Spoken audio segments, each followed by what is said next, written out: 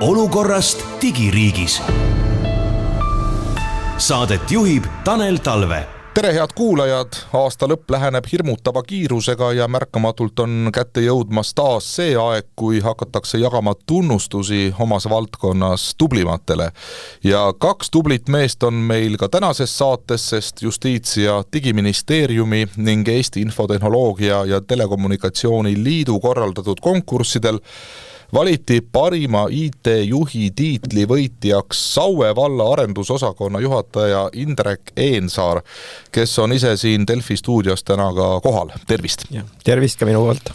Ja kuna meie saade on teatavasti pühendatud just nimelt digilahendustele, siis ei pea kõik saatekülalised alati isiklikult stuudiosse kohale sõitma, vaid saame kasutada siis neid samu digitaalseid lahendusi. Ja võib öelda, et kaugtöö korras osaleb täna saates ka parima era- ja avaliku sektori IKT koostööprojekti võitja, algatuse Future Coders esindaja Lauri Haav. Tervist!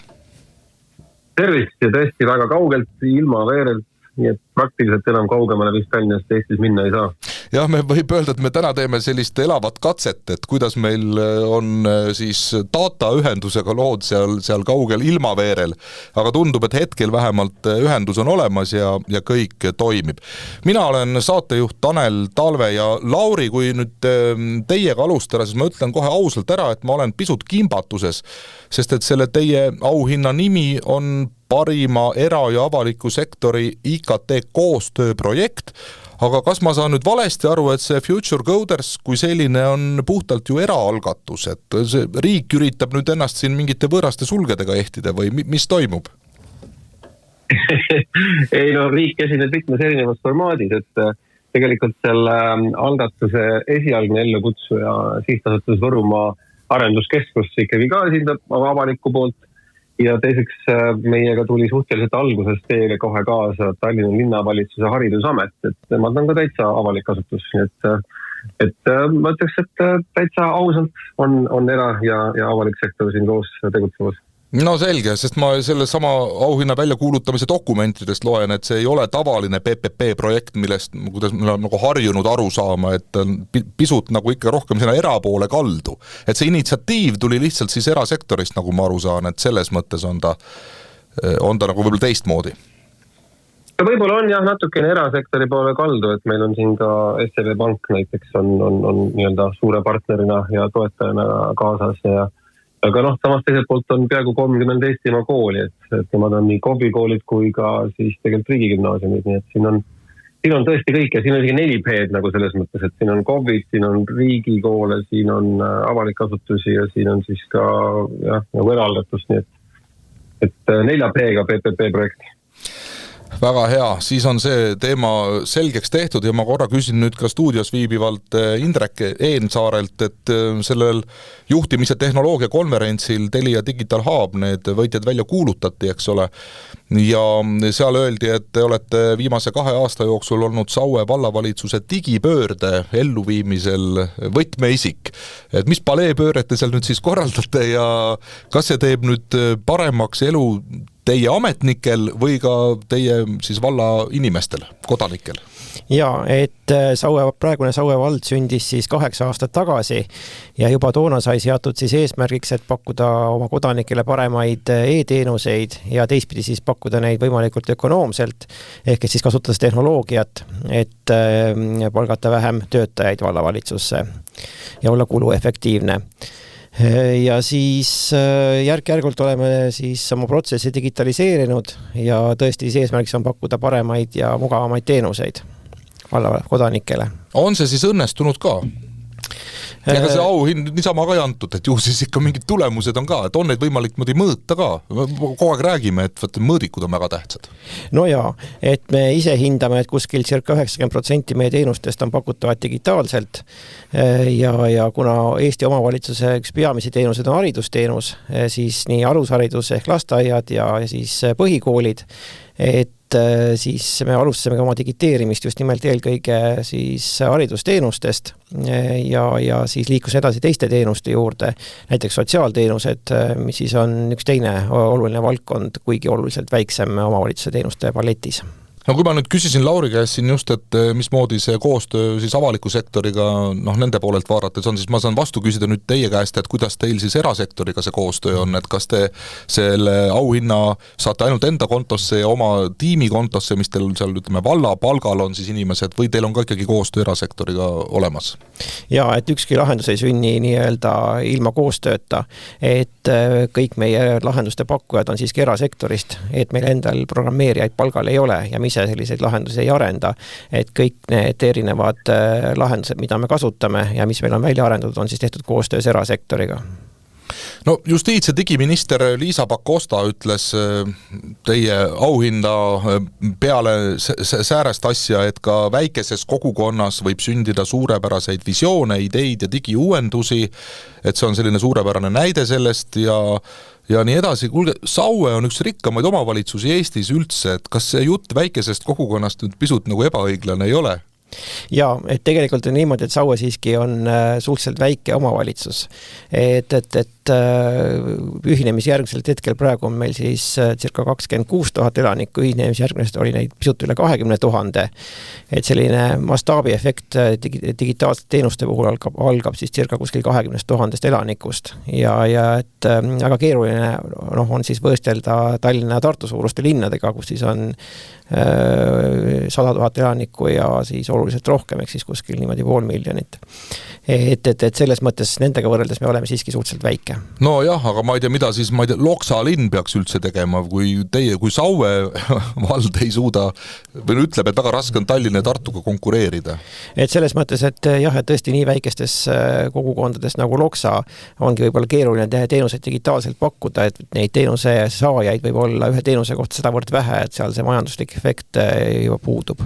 Ma tahan tegelikult sinna tüürida oma jutuga, et see, mida teie nüüd teinud olete, et see ei ole ju ainult mingi tehnoloogiline lahendus, vaid see on ikkagi mõtteviisi muutus või ütleme kogu selle teenuse mudeli muudatus ju ka, et ega ei ole ainult nii, et kirjutasite mingi uue koodijupi ja ongi teil see paleepööre korras.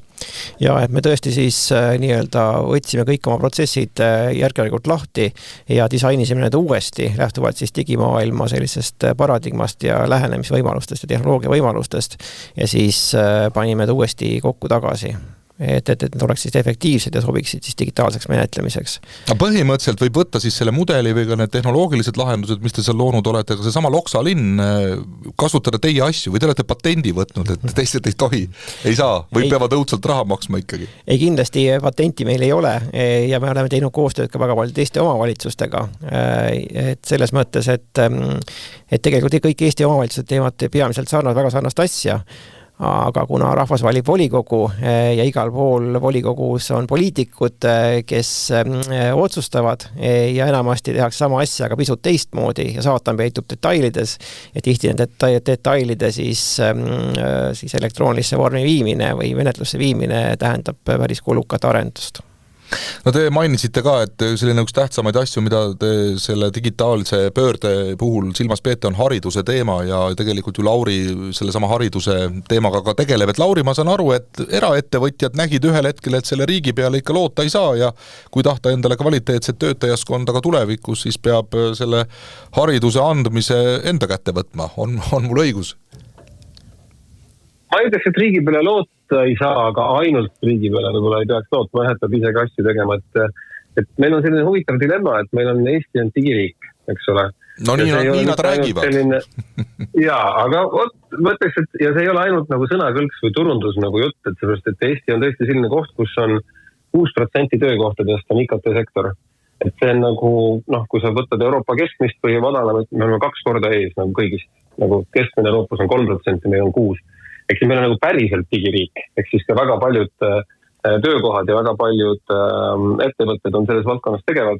Aga samas meil on selline dilemma, et meil nagu põhikoolis ja keskkoolis meil nii-öelda riiklikus õppekavas nagu nii-öelda arvutiteadust või programmeerimist nagu ainena või kohustusliku komponendina ei ole. Et eestlastele meeldib meil alati võrrelda ennast kõigi naabritega nii lõuna kui põhjasuunas on ja lätlastel näiteks on arvutiteadus alates 1. kuni 12. klassini on kohustuslik õppekava osa on ja meil ei ole on ja siis see tekitab sellise nagu olukorra, kus ühel koolidirektoril, õppejuhil on päris keeruline näiteks valikainena ka huvi korral hakata ise pakkuma programmeerimise aineid, sellepärast et olgem ausad, inimesed, kes hästi programmeerida mõistavad, nad kipuvad töötama programmeerijatena. Lihtsalt juba palgad on 2 kuni rohkem korda kõrgemad, ehk siis keeruline on ühel koolil hoida enda programmeerimisõpetajaid palgal selleks, et pakkuda seda asja siis valikainena. Ja meie tegelikult programm ongi selleks ellu kutsutud, et kõik koolid, kes tahavad, saavad pakkuda programmeerimisõpet ka siis, kui neil endal programmeerimisõpetajat koosseisulist ei ole. Nojah, selles mõttes muidugi on ju kõik, kes meil siin saates ka käivad, ükskõik mis elualade esindajad, kõik ütlevad, et meil hariduses ei ole vaat seda ja toda ja kolmandat, et käivad siin inimesed kaitsevaldkonnast ja ütlevad, et miks meil ei ole juba tsiviilkaitseõpetust, ei tea mis klassidest alates, eks ole, ja siis teie räägite, et programmeerimine ja see teema ja IT võiks olla sealt juba maast madalast ja nii edasi. Et kas meil siis nüüd kogu see haridus, ütleme, süsteem tuleks ikka täitsa nüüd üle vaadata ja ümber vaadata või mis need lahendused siis oleksid, et ega me kõiki asju vist ei jaksa ka nüüd väga süvitsi õpetada juba esimesest klassist alates? Täiesti õige probleemi püstitus, et kõiki asju ei jaksa, sellepärast, et õppekava ei ole kummist, on ju. Ei siis põhikooli õpilane ega gümnaasiumi õpilane, et tema päevakava päris tihedalt täis, on ju. Ja tõsi ta on, et need huvigruppe, kes tahaksid, et just nende valdkonna asju õppekavas kajastaks, neid on kindlasti mitmeid. Ja kui kõik korraga üritada sinna pahutada, ega ta ilmselt ei mahukski. Et selles mõttes see nii-öelda, kas siis ütleme probleemi või dilemma nagu alguspunkt ongi, et õppekava pole kummist, sinna ei mahu kõik maailmas. Et tuleb teha valikuid ja neid valikuid teevad ikkagi ju need samad poliitikud, mis puudutab vähemalt haridusteemasid siis selles võtmes, et kui hea läbisaamine teil nende samade poliitikutega siis on, et on meil nagu lootust või te peab ikkagi see eraettevõtja siin rohkem veel initsiatiivi näitama? Poliitikutega läbisaamine hea, et sama eelpoolt mainitud digi- ja justiitsminister käis ka meie Kood Võru avamisel hiljuti, tuli laupäeval oma vabast ajast kohale ja pidas tsititava kõne ja väga, väga lõbus koosviibimine oli, aga selle õppekava osas on nii, et seda ei otsusta poliitikud, et see ikkagi spetsialistide ja õpetajate pärusmaa, et lihtsalt neid huvigruppe ja enda asjast seisaid on palju. No neid jagub ja tegelikult lõppude lõpuks on ju ka avalik sektor ja erasektor ka selles valdkonnas, IT-valdkonnas mõnes mõttes konkurendid ju, et neid töötajaid, väärttöötajaid vajavad ju mõlemad.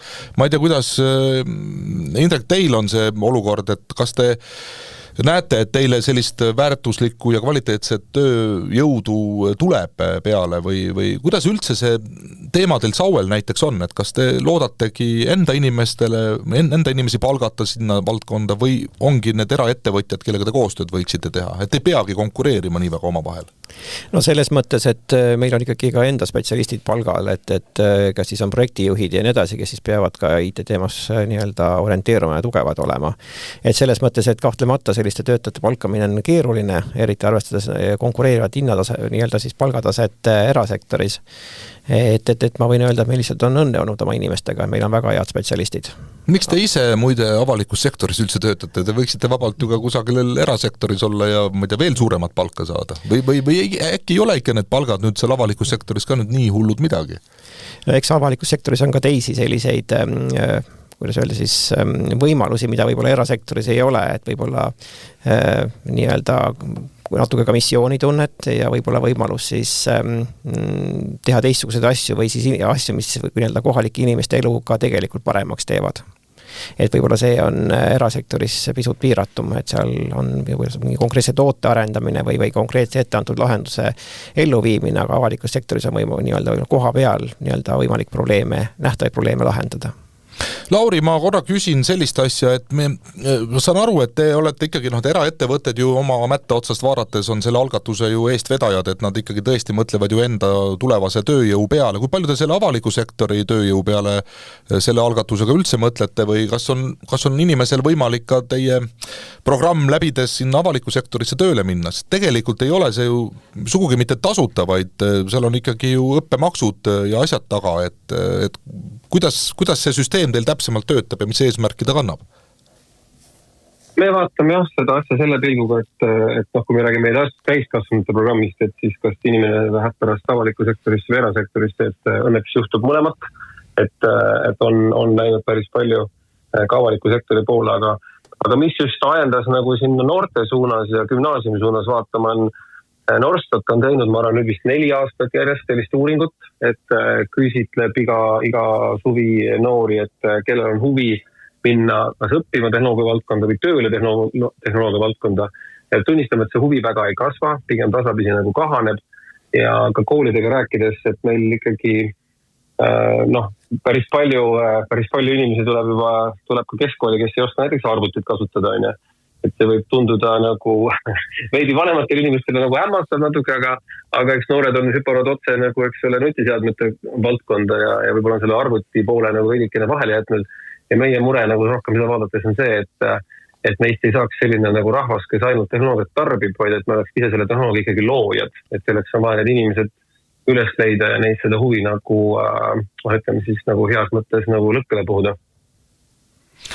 Kas see, et selle auhinna saite, et mis te ise tunnete nagu seesmiselt, et olete selle ära teeninud või et mis teie nii-öelda mätta otsast vaadates selle edulugu on olnud? Me oleme üsna alguses küll projektiga, aga samas ka see konkurss tingimustes oli, et see peaks olema sel aastal lansseeritud ja seda tema on.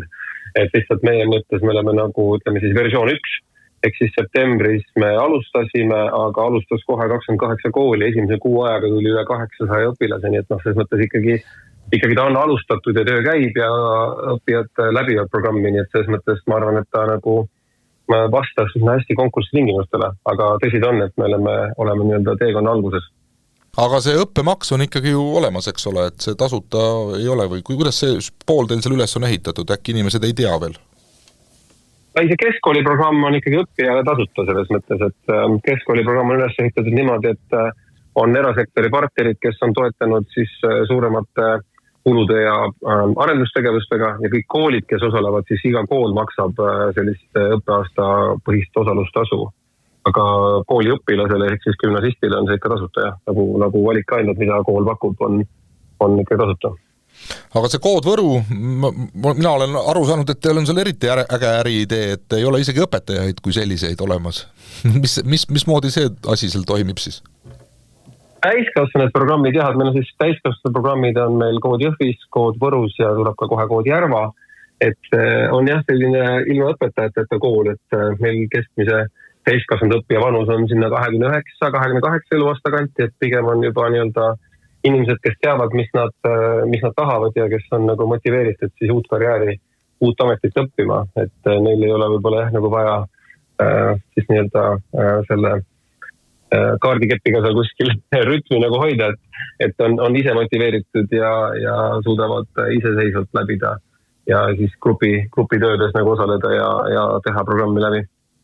Nii et kokkuvõttes teie see ampluaa on ikka väga lai, et tõesti sellest vanusegrupist rääkides on algkoolist põhimõtteliselt alates lõpetades siis täiskasvanu haridusega? Ei, algkooli osas meil hetkel praegu pakkumist ei ole, aga meil on nagu gümnasistid ehk siis ütleme siis noored täiskasvanud ja siis täiskasvanud, aga selles mõttes kitsalt programmeerimise eriala, et me nagu muud nagu IT ja tehnoloogiat ei vaata, et meil on nagu spetsialiseerunud just programmeerimisega seotud küsimuste koolituste ja kursuste peale. No te mõlemad tänased saatekülalised ja auhinna laureaadid, mina ütleks, et te tegelete ju regionaalpoliitikaga tegelikult, et nii Lauri seal ilmaveerel, ma ei tea, millega praegu tegelete seal täpselt ja miks te seal ilmaveerel olete, aga arvatavasti selle sama Kood Võru tõttu, eks ole? Nii on, jah, siin on üks Setomaa ettevõtjate üritus, kuhu kutsuti natuke tutvustama Kood Võru tegemisi ja plaane. Ja see, ma tahtsingi küsida, et mis te, ma ei tea, Kood Saue ka tuleb kunagi või see vaene Saue on selles kuldses ringis nii-öelda, kes on igasugustest toetustest ja koostööprojektidest kõrvale jäetud?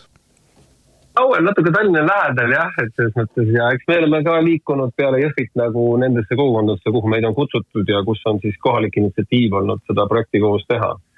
Et me ise otseselt ei ole neid nagu kuidagi välja valinud, et me alustasime Jõhvis, see oli nagu meie initsiatiiv, aga Võru ja Järva on mõlemad sündinud kohaliku kogukonna tahtmise ja suure entusiasmi ja energia toel.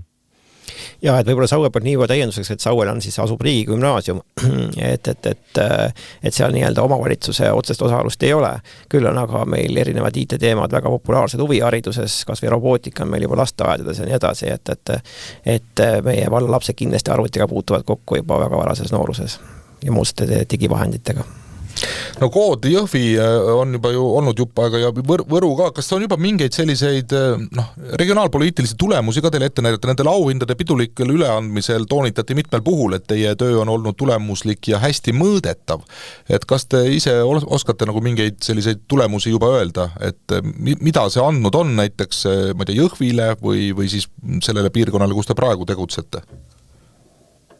Jaa, no Jõhvi on nüüd 4. aasta äkki teise aasta ja kuna on esimesed lõpetajad olemas juba nüüd 2 aastat, siis on ka näha, et need lõpetajad tööturule on sisenenud ja rohkem kui 100 erinevat asutust ja ettevõtet on need inimesi nagu palganud tehnilistele töökohtadele, et see ongi nagu meie töö nagu kõige sellisem käegakatsutavam pili. Võru osas ma ütleks on nagu niipidi, et see Kagu-Eesti kant on võib-olla natukene tehnoloogia, ma ei tahtnud tehnoloogia võõras, aga kuidagi siin juba ei olegi olnud sellised nii-öelda suuri tuntud edulugusid, et mõni Skype või Veriff või Wise ei ole nagu Setumaalt või Võrumaalt nagu pärit ja võib-olla seda sellist eeskuju või sellist nagu et ahah, et naaberküla poiss nad tegi sellise startupi ja sellest sai nagu unicorn, et selliseid lugusid meil on küll Hiiumaalt ja muudest kohtadest, aga Setumaalt ei ole ja Võrumaalt, et mõneti nagu meie roll ja ülesanne siin ongi nagu inspireerida ja tuua seda teemat nagu inimestele nagu lähemale. Ja esimese paari kuu töö põhjal võiks öelda, et on küllaltki hästi startinud, et meil on siin jaanuaris algavatele katsetele on üle 60 inimese ennast kirja pannud ja 20 inimest juba septembril alustas ka õppetööga, nii et ja siis on vist äkki kuskil 90+ inimest tahtis tulla ka ühele kursusele veel, mis meil siin koostöös Haridus- ja Noorteametiga pakkumisel oli, nii et tundub, et säde on vähemalt teele läinud, et vaatame kuidas edasi, aga esimese 2 kuu põhjal võiks öelda, et hea start on olnud. No selles mõttes, kui me siin vahepeal rääkisime, et see teie õppemeetod on ju ka vähemalt seal Võrus vähe teistmoodi, pole õpetajaid ja kõik on virtuaalne, et see tegelikult ju ei tähenda seda, et õpilased kõik ainult virtuaalselt kuskil oma kodudest seal ühenduses on, vaid et ikkagi käiakse ju koos ja teil on ju vahva maja vist seal, nagu ma olen aru saanud, Võru linnas, kus see õppetöö ikkagi toimub. Et see ei ole ainult virtuaalne asi.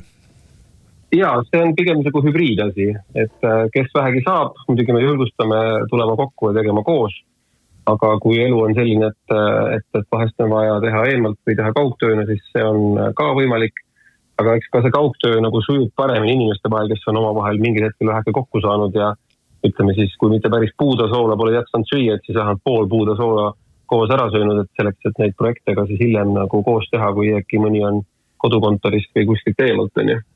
Aga maja on äge, Võrus Eesti Panga endine hoone, kes teab, kes väljakul, et maja sai ka kaasaegseid lahendusi tänu sellele, et nüüd on maja küljes lift, mis sõidab maja välisküljel, päris huvitav kombinatsioon ja ruumid on tõesti ägedad, nii et kes Võrru satub, tulge kindlasti kaema. Seda on siis finantseerinud erasektor puhtalt, et see maja lifti sai nüüd külge endale näiteks? Ei, see on kõik kinnisvarainvesteeringud on läinud siis piirkondlikust ettevõtlus- ja elukeskkondade projektist PEK, mis on siis Euroopa tõukefondide raha, mida on siis Sihtasutus Võrumaa arenduskeskus on siis selle projekti juht ja vedaja olnud. No vot, sinna ma tahtsingi jõuda, et mis sellel kohalikul omavalitsusel ka tolku on, et te seal õpetate ja virtuaalselt veel õpetate, et aga kui ikkagi üks maja lifti saab tänu nendele koostööprojektidele, siis on ju väga käega katsutav tulemus olemas.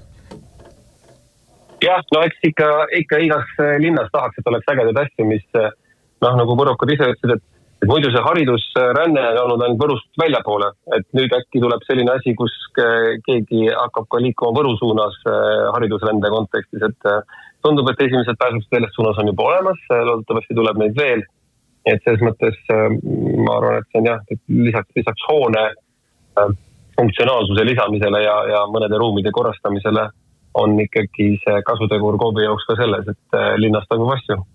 Absoluutselt ja ma kogu aeg sinna jälle sihingi, et väga hea, et ei tehta ainult Tallinnas ja Tartus neid asju, et muidugi ükski terve mõistusega ärimees ju ei teegi mujal, et ma sellepärast imestangi, et mis asja te sinna Jõhvi ja Võrru ja ma ei tea, kuhu veel tegutsema olete läinud? No eks me olemegi MTÜ vormis tegutseme, selles mõttes ega ta ärina kindlasti kirjeldatav ei ole. väga tore kuulda selles mõttes, et aga Saue juurde korraks tagasi tulles, et kas teil on ka plaanis nüüd Lauriga mingeid selliseid suuremaid koostööprojekte teha lähitulevikus? No eks see on veel nii-öelda arutamise koht, et miks mitte. Aga sa enne mainisid regionaalpoliitikat, et tulles tagasi Saue valla nii-öelda digiteenuste juurde, siis et kui veel mõned aastad tagasi oli väga oluline, et inimesed käisid nii-öelda vallamajas asju ajamas, et siis tänu digiteenustele on tänapäeval ikka inimene vallavajja põhimõtteliselt tulema ei pea, see on ikka väga eri olukorrad, kui on vajalik tulla ise koha peale, et selles mõttes nagu vallakodaniku jaoks ei ole selles mõttes väga oluline, kus see vallamaja nii-öelda asub, et digiteenused on pidevalt kättesaadavad nii-öelda ööpäevaringselt. Mismoodi te üldse tulevikku mõlemad näete, küsimus täitsa mõlemale inimesele, et mis meist üldse saab, et ega seda vallavalitsust pole varsti üldse põhimõtteliselt vaja ju. Et kõik on digitaalselt teenused, nad ei pea ju olema mingid vallateenused, võivad olla nii-öelda üleriigilised, eks ole, tsentraalsed. Milleks seda vallavalitsust üldse vaja on? Ongi üks Eesti riik, ongi üks suur vald. No kokkuvõttes ikkagi lõpuks on tegemist kohaliku kogukonnaga ja lumi peab teede pealt füüsilt ära nii-öelda nihkuma.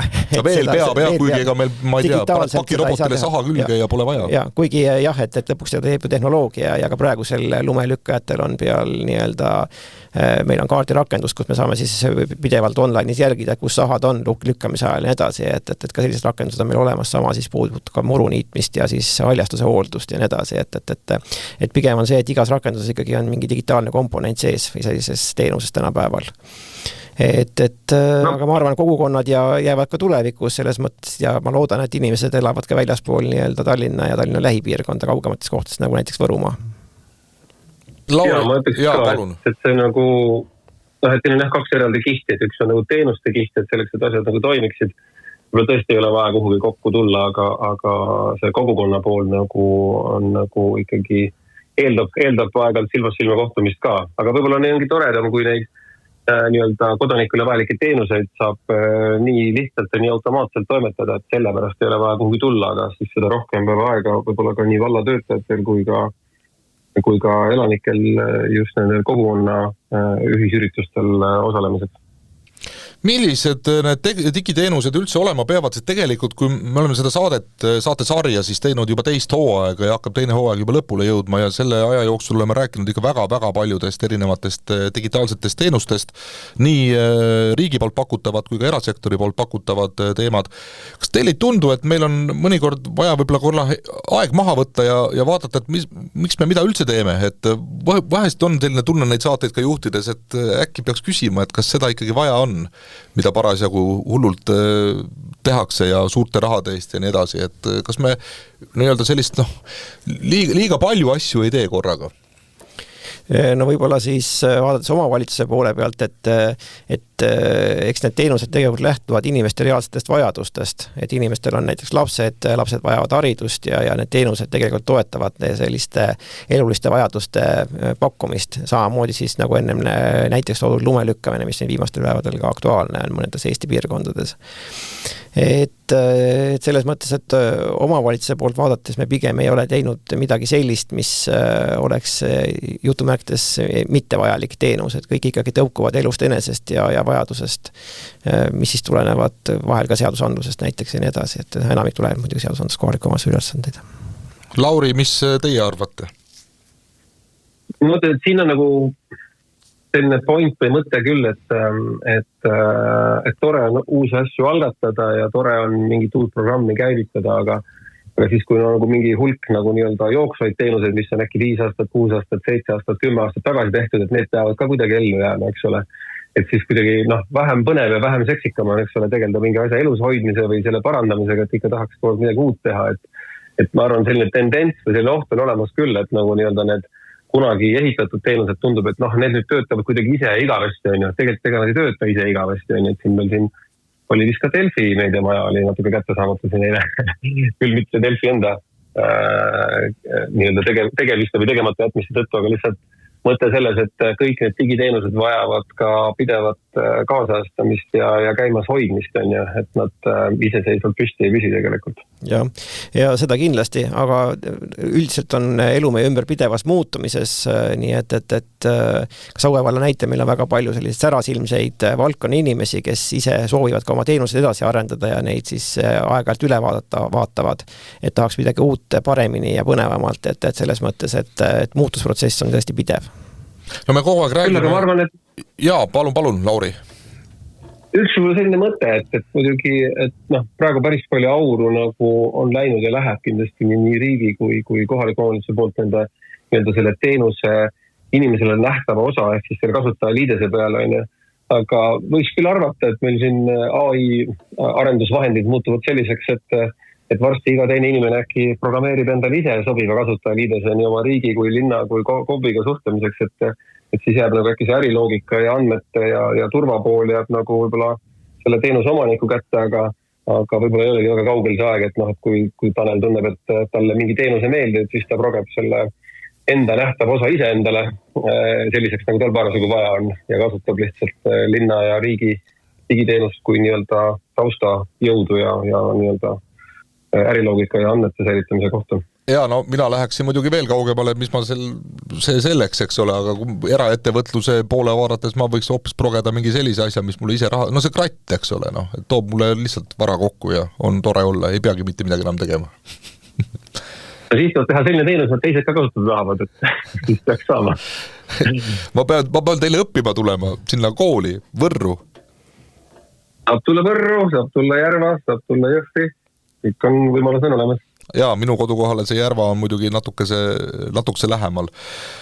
Me kuidagi oleme nagu nüüd rääkinud, auhinnad on käes, eks ole, teil aasta lõpp selline tore aeg ka, meil hea, aga ma kujutan ette, et ega nüüd teil need asjad ei Saue vallas ega ka teil seal Jõhvis, Võrus või kus iganes Eesti koolides ei ole ka nüüd nii lepase reega läinud, et mis need sellised suuremad takistused või murekohad on teil olnud, et mida saaks veel paremini teha, on teil mingeid ettepanekuid?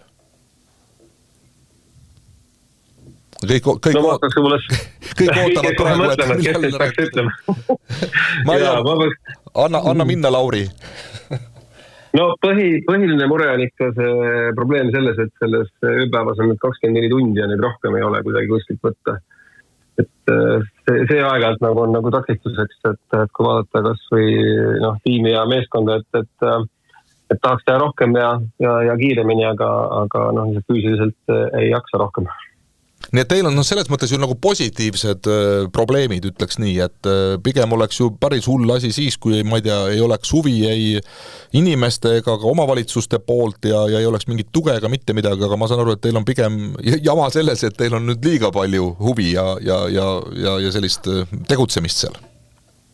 No meil vist on natuke selline aasta juhtunud, kus tegelikult päris mitu programmi ja projekti, mis taustal on pikalt töös olnud, jõudsid nagu kas siis lansseerimise või mingisuguse kriitilise milestone'ini just nagu sellel aastal ja see on selline tunne, et laud on hästi palju asju täis, hästi palju nagu tegevusi toimub, aga lihtsalt jah, kui nad on nagu pikalt töös olnud asjad, kõik korraga saavad valmis, siis ongi nagu selline nagu, et üks lansseerimine näeb teist taga, et ma arvan, et selles mõttes võib-olla järgmiselt aastalt ootaks nagu sellist, et saame natuke nüüd nii-öelda keskenduda nende asjade nagu siis parendamisele, mis juba lansseeritud on. Ja siis võib-olla omavalitsuse poolt vaadatuna, et kuna see küsimus on natuke laiem, et siis minnes nii-öelda vaatega aastaid tagasi, siis võib-olla see digitaliseerimise algusaeg oli päris keeruline, et inimeste mõttemaailma muutmine ja ka see, et teenuste nii-öelda digitaalne nägu ei ole siis IT-valdkonna inimeste probleem, vaid see tegelikult on ka sisuvaldkonna probleem, et sisuvaldkond tuleks kaasa ja mõtleks avatult, et kuidas asju paremini teha, ümber teha ja nii edasi ja nii edasi. Ja nagu ma enne mainisin, siis muutused on pidevalt, et tegelikult see, et teenused kaasaegselt püsiksid, nõuab pidevat pingutamist ja edasi arendamist, et töölaud on ikkagi kuhjas täis. Saue valla juurde korraks tulleski, et on erinevaid uuringuid ma näinud, kus öeldakse, et Eesti omavalitsused ei jaga oma avatud andmeid piisavalt. Et kas see vastab tõele või kas Saue vald jagab või et ühesõnaga, et ega kui me omavahel neid andmeid ei jaga, siis ega sellist head teenust ikka kokku ju ei saa. Ja, et ütleme nii, et väga palju andmed, millega me toimetame, on siis seotud nende isikutega, kes meie vallas elavad ja on siis nende isikuandmed ja ka delikaatsed isikuandmed, et neid ei saagi jagada. Küll aga jagame me siis erinevaid geograafilisi andmeid, mis on seotud siis geoinfosüsteemidega ja nii-öelda selliste valdkondadega, et seal küll jagame ja tegelikult on meil ka palju juttu olnud sellisest mõistest nagu digilõhe, et selles mõttes meil on tekkinud juba praegu ka olukord, kus on teatud ühiskonnagrupid, kes siis suudavad ja oskavad kasutada neid digilahendusi ja siis on juba hulk inimesi, kes on nagu maha jäänud selles vallas. Ma väga loodan, et ta ei muutu nagu väga-väga sügavaks probleemiks, sest ega see ka hea ei ole ju. Jaa, et näiteks Saue vallas me oleme väga palju pingutanud, et teha siis ka erinevaid koolitusi ka eakamatele näiteks, et nad suudaksid siis kasutada erinevaid digilahendusi ja tunneksid ära ka selliseid küberohte ja nii edasi, et oleksid ajaga kaasas. Et see on nagu teile eraldi selline strateegia ikkagi, et keegi maha ei jääks. Just neid pakutakse erinevates vallakantides, et siis inimesed saaksid ajaga kaasas käia. Lauri, teie tegevus samamoodi, ma kujutan ette, ju ongi vist suunatud sellele, et ka geograafilises mõttes Eesti eri paikades elavad inimesed saaksid parema ligipääsu ka haridusele, mis puudutab meie digitaliseerimist ja seda teemat. Täpselt nii, et see meie põhimissioon teha tehnoloogiaharidust kättesaadavaks kõigile, olgu siis sõltumata siis sellest, kus ta elab või kui noor või vanad on. Aga selle digilõhe kontekstis ma ise küll natuke kardan, et see asi läheb natuke hullemaks enne, kui ta paremaks läheb. Ja isegi mitte niivõrd digilõhena enam, vaid siis juba AI-lõhena, et ma mõtlen, et kui siis TI-lõhena. Et see on ka nagu selline nagu taaskord uus tehnoloogia, mis on ühiskonnas ebaühtlaselt jaotunud, eks ole, on entusiastid, kes kõike teevad ja toimetavad juba ja on ennast juba klooninud 7 tükiks ja 10 kratti juba käivad ringi ja kirjutavad ise endale tarkvara ja nii-öelda võimendavad ennast ja siis on inimesed, kes üldse kuidagi kasutavad või suhtuvad nagu väga umbusklikult, et ma ise natukene nagu pelgan, et see, mida me kunagi digilõhena tundsime, et võib-olla see AI-lõhe saab isegi veel suurem lõhe olema. Et selles mõttes sellega saame ilmselt tulevastel aastatel tegelema, et tuua inimesed kaasa kõigi uute tehnoloogiliste arengutega. Ma olen kuulnud ju, et sellist suurt hüpet ju siin planeeritakse, ma ei tea, mis sellest saanud on, et vahepeal nagu oli juttu sellest, nüüd on kuidagi vaikus, vähemalt mina pole enam väga palju tähelepanu või et meediagi sellele tähelepanu pööraks, et te teate, on teil mingid koostööprojektid või mingid tulevikunägemused sellega seoses olemas? Me lähedalt suhtleme hüppetiimiga küll, jah, et selles mõttes meil nagu otseselt koostööprojekte praegu ei ole, aga minu teada tooted on töös ja seal praegu on vist üks selline moment, kus tuleb üks seadus ära muuta selleks, et saaks nagu seesama nende isikuandmete kaitse küsimused, eks ole, et seadus tuleb täita ja seal on teatud sellised nüansid, mis vajavad seadusandja poolset sekkumist ja siis saab nagu projekti lansseerida, nii et ma arvan, see vist on üsna lähedal ikkagi, et töö käib. Ja mis puutub nüüd siis sellise tehisintellekti teemasse, siis mina pigem ei karda, et see lõhe nüüd väga suureks muutub, et ma arvan, et tehnoloogiat tegelikult integreeritakse erinevatesse lahendusse, mida inimesed kasutavad. Ja kui ma vaatan ka omavalitsuse näitel, siis väga-väga palju töötajad kasutavad erinevaid nii-öelda siis tehisintellektiga seotud lahendusi. Samamoodi ka koolides õppesse integreerituna, et selles mõttes, et ma arvan, et see probleem ei saa olema nii suur tulevikus. Probleemiks mõned kriitikud väidavad ka seda, et meil see Eesti väga digitaliseeritud riik võib tekitada sellise asja nagu emotsionaalset distantsi kodanike ja riigi vahel. Et ma ei tea, kas te olete puutunud kokku sellise mõttega üldse, et kui me väga robotiseerime, automatiseerime, et siis tõesti võib-olla kuidagi selline inimlik touch läheb nii-öelda kaduma. Kas see ei ole mingi selline oht? No selles mõttes, et eks Eesti kuulub ka pigem Põhjamaade hulka, nagu uuringud näitavad, siis Põhjamaade inimesed pigem armastavad asju nii-öelda vähem sotsiaalselt ajada ja suheldagi võib-olla arvutiga, et selles mõttes, et ma arvan, et kõik on väga hästi. Kuidas, Lauri, teie poolt vaadates see mõte tundub? No, meil siin juba on meil on hea Indrekuga natuke oponeerida ja siis vaadata aasta pärast, kuidas läks ja kellel siis antud seisukohas õigus oli. Et ma küll natuke näen sellist tendentsi, et kohe, kui on vaja midagi kuskil kärpima hakata, siis tavaliselt mida kärbitakse endast võimalikult kaugel olevat asja. ehk et kui on vaja, ma ei tea, kas kohtumaju või riigihooneid kuskil vähendada, siis et ega neid ju Tallinnas ei vähendata, eks ole, siis ikka kuskil leiad kuskil ääremaal ja sealt võtad mingi asja ära, on ju. Et see, ma näen seda ohtu küll, et just nii-öelda piirkondades väljaspool Tallinnat Tartut nagu mingid teenused kokku tõmmates, et see ka tegelikult vähendab seda suhet nagu kodaniku ja riigi vahel, et ma ei alahindaks tegelikult seda probleemi. Ja tegelikult ega me ei saa ju ainult avaliku sektori peale näpuga näidata, ega see erasektor ju teistmoodi ei tööta, et lõpuks on ju arusaadav, et ka ärimudelid töötavad ikka seal rohkem, kus on parem taristu, rohkem inimesi ja nii edasi, et ega see ärimees ka ju väga ei hõisates ei lenda sinna ju, kus ei saa kasumit teenida. Jah, no samas on Eestis ka väga huvitavaid piirkondi, kus näiteks elanikkond kasvab väikses piirkonnas, näiteks käisime hiljuti Hiiumaal külas, siis tegime, et Hiiumaa kasvab, et rahvaarv kasvab, et inimesed kolivad, et see on jälle võib-olla selline tehnoloogia võimendatud asi, et kui sa saad teha kaugtööd ja kui sul töökoht on selline või sinu äri on selline, et saad seda käimalt juhtida, et siis sa valid seda elukeskkonda natuke laiema pilguga, et ei pea olema tingimata nagu kesklinnas Stockmanni ristmikul, vaid võib äkki ka kuskil Setumaal või Hiiumaal tegelikult oma põhiosa oma ajast veeta, et see on nagu ühelt poolt nagu võtab ära, teiselt poolt ma näen, et ikkagi võimendab ka, ei tea. Jah, aga et võib-olla tulles tagasi selle nii-öelda optimeerimise juurde ka geograafilises mõttes, et eks Eesti riik on väike ja väike riik on iseenesest kallis ja lõpuks on maksutulu on lõplik nii-öelda number, et selles mõttes, et eks tuleb ka optimeerida ja kui ikkagi rahadega toime ei tule, et siis tuleb kuskilt nii-öelda kokku tõmmata ja pakkuda teenuseid seal, kus on rohkem elanikke. Ega see on elu paratamatus jah, ja lõpuks ma ei usu, et see midagi väga palju selles osas paremaks läheb, et elanik on nagu mujalgi Euroopas ju vananeb ja kahaneb, et ega siin tuleb mõelda, et kuidas see maksutulu siis tuleb või kelle käest, kui aina rohkem on neid nii-öelda pensionäre ja aina vähem tööjõulist elanikkonda. Jah, ja samuti kolitakse pigem pealinna piirkondadesse, et võib küll püüda nii-öelda saavutada vastupidiseid trende, aga pigem nagu loomulik trend on siiski kolida pealinna piirkondadesse.